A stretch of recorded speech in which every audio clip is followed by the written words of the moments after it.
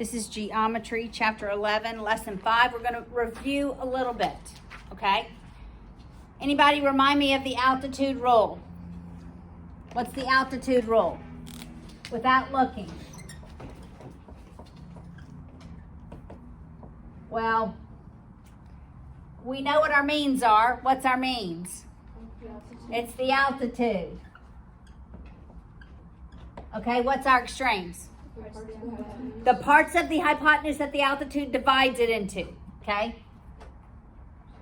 Part of the hypotenuse, part of the hypotenuse. Okay, what's the other rule? The leg rule. What is the leg rule? My extremes are the leg. The leg of the big triangle, right? The big one. What are my extremes? Hypotenuse and projection of that leg onto the hypotenuse.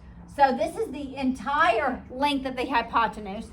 This is the projection of that leg onto the hypotenuse. All right? Now, we also talked about some trig ratios. The first one is that you learned is the tan. The tangent of any angle equals what? Over what?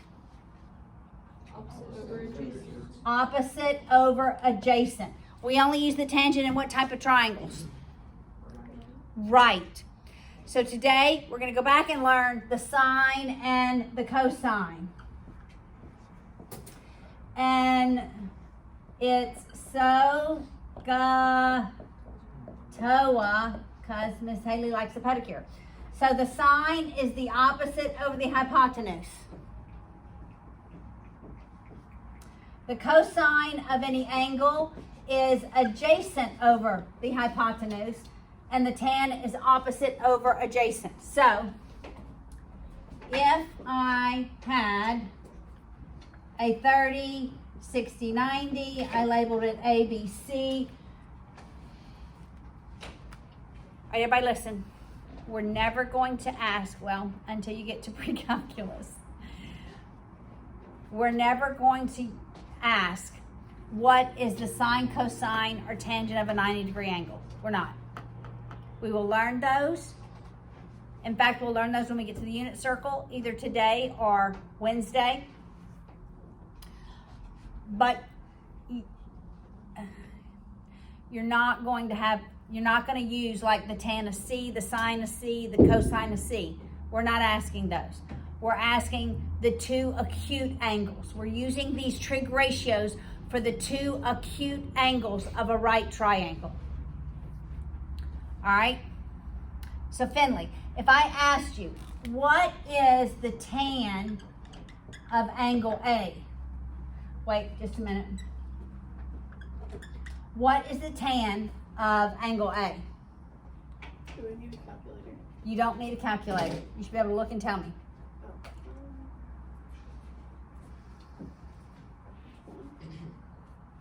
What does it represent?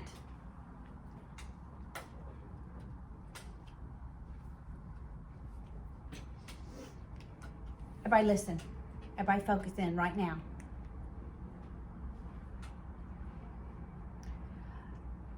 The tangent of an angle represents the ratio of sides. What two sides, Finley? We just went over it. It's written on the board. 2 square root of 3. No. What is it, Dylan? Okay, Evie.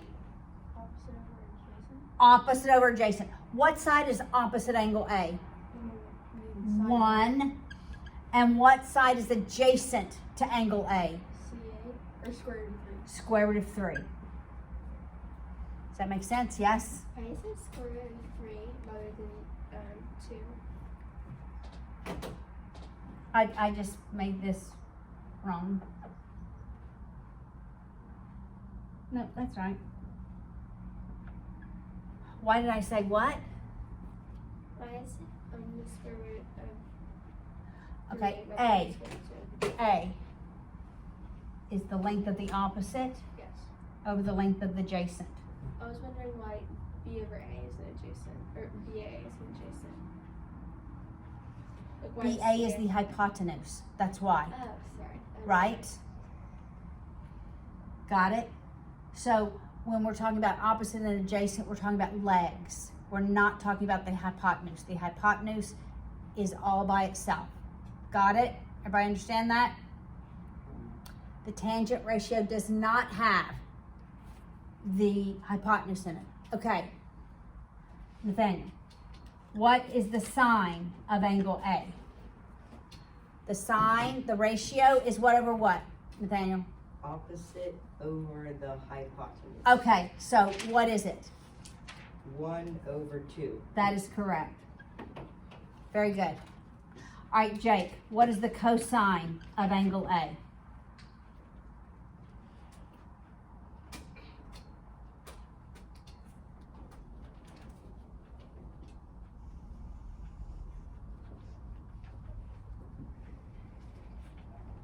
What does it represent? What over what? Can you see that far? It's kind of light.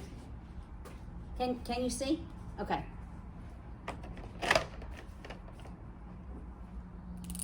Okay, what's the numerator? The numerator is what?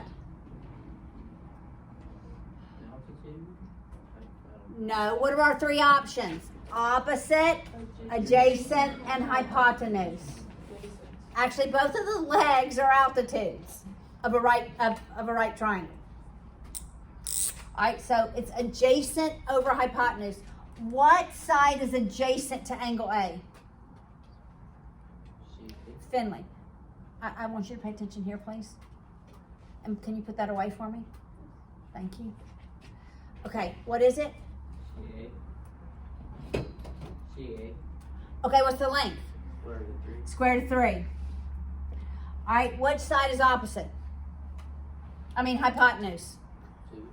2. Okay, I want you to see something. So if I look at this triangle, I can know the tan, I can know the sine, I can know the cosine, and if I did inverse tan 1 over the square root of 3, I better get 30 degrees, right? Because that's what that angle is. The tangent ratio also equals the sine over the cosine. So let's do it. 1/2 over square root of 3 over 2. This is called a complex fraction.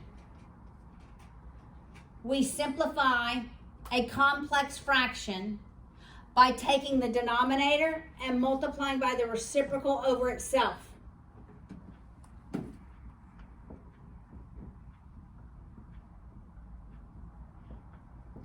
That's all I can do in an expression is multiply by 1. That eliminates, I can simplify, and it's 1 square root of 3. So the tangent is not merely the opposite over the hypotenuse. If I gave you the ratio for the sine and the cosine, you should be able to tell me the ratio of the tangent. And actually, you could draw the triangle and figure it out. All right, so I want us to look at our tangent ratios. We're going to go around the room. We have the tan, the sine, and the cosine. It's SOHCAHTOA. SOHCAHTOA. All right, Sarah, we're going to start with you, number 1. What is the tan of Z? It equals something over something. I'm just looking, it's this page. Trig ratios. It has the graphs on the back, I believe. All right, Sarah, so number 1, tan of Z equals 21 over 28, and I would simplify that to, what would you simplify that to? 3/4. Everybody got that? All right, number 2, Michael, what's the cosine of C? Would it be 30 over 34? Okay, the cosine is what over what? Adjacent over Adjacent. hypotenuse. What's adjacent to C? Oh, 16. 16 over, 34. and simplified is? 16 over over 17. 8 over 17. Very good. All right, 3. Hannah, what's the sign of C? 28 over 35. 28 over 35. And I think that can be simplified. 4 over 5. 4/5. Everybody following me? Because then we're going to go back and solve for these angles. Y'all better be writing these down. We're going to solve for the angles. I'm not writing them down, so write them down. All right, Corinne. 4. Tan of Z. 32. Tan is what over what? Opposite.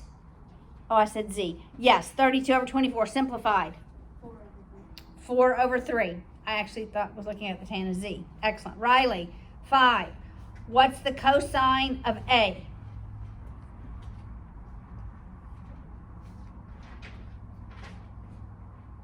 Be 30 over 34. Exactly. 30 over 34. And simplified, that is, so 2 goes into both of those. 1/2. No, what's 30 over 34, guys? 15 over 16. 17. 15 over 17. Yeah. Exactly. All right, Will. What's the sign of A? Number 6. 32 over 40. Okay, 32 over 40. And what is it simplified? 4 4/5. All right, Jesse. What is the sign of Z? 24 over 40. 24 over 40 simplified. 3 over 5. 3 over 5. Yes. All right, Jaden. Sign of C. Is it 14 over 50? That is correct. 14 over 50. And then simplified is, Is it 7 over 25? yep, 7 over 25. L, what is number 9? Cosine of Z. 24 over 30. Yeah, 24 over 30. And simplified, that is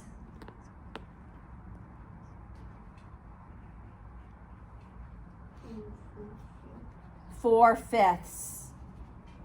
Ashley, what's the tan of C? 27 over 36. 27 over 36. Simplified, 3/4. 3/4. Okay, now we're going to go back and solve for the angles. All right, Therese. Solve for angle Z for number 1. Everybody do this, and let's, because I'm not doing this. So verify. All right, Dylan. You do shift tan and the ratio. Okay? Do shift tan and the ratio that we gave. All right, so just wait because Therese is going to give us the answer for Z. I want to make sure you know how to do this.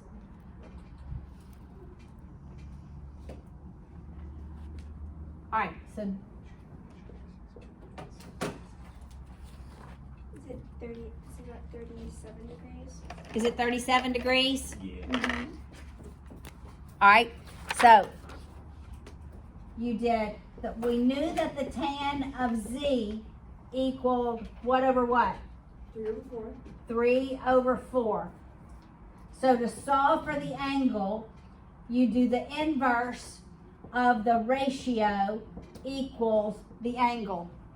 So you hit, is it shift or second? Shift. Shift tan, and you should get this tan -1.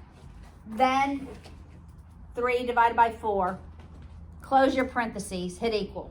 You don't have to close them. Yeah. Sometimes it. Well, I tell you that because when you get to pre-calculus, you absolutely have to close it. It tells your calculator order of operations. And what do you get? 36.86. Okay, so 37, right? Okay, very good. All right, Finley.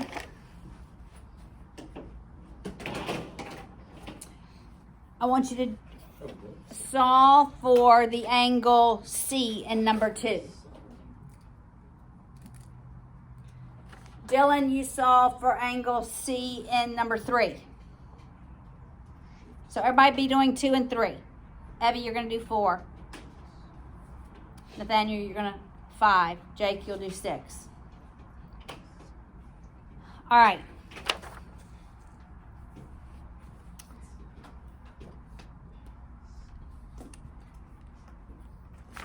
So what did we say? We said the cosine of C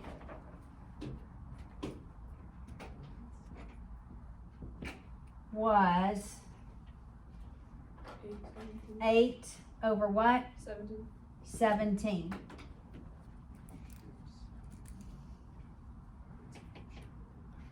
All right, so we will use the inverse of 8 over 17 to solve for the angle. Finley, what do you get?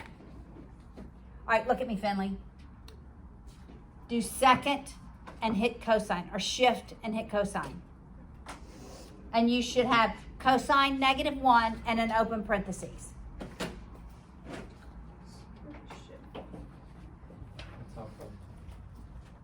Yeah. Here, shift, cosine. No, shift, cosine. No, you did it twice, clear. No, now turn it back on, on. Okay, shift. No.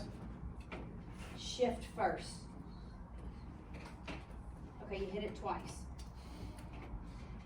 Okay, now you're at -1. 8 divided by 17 and hit equals.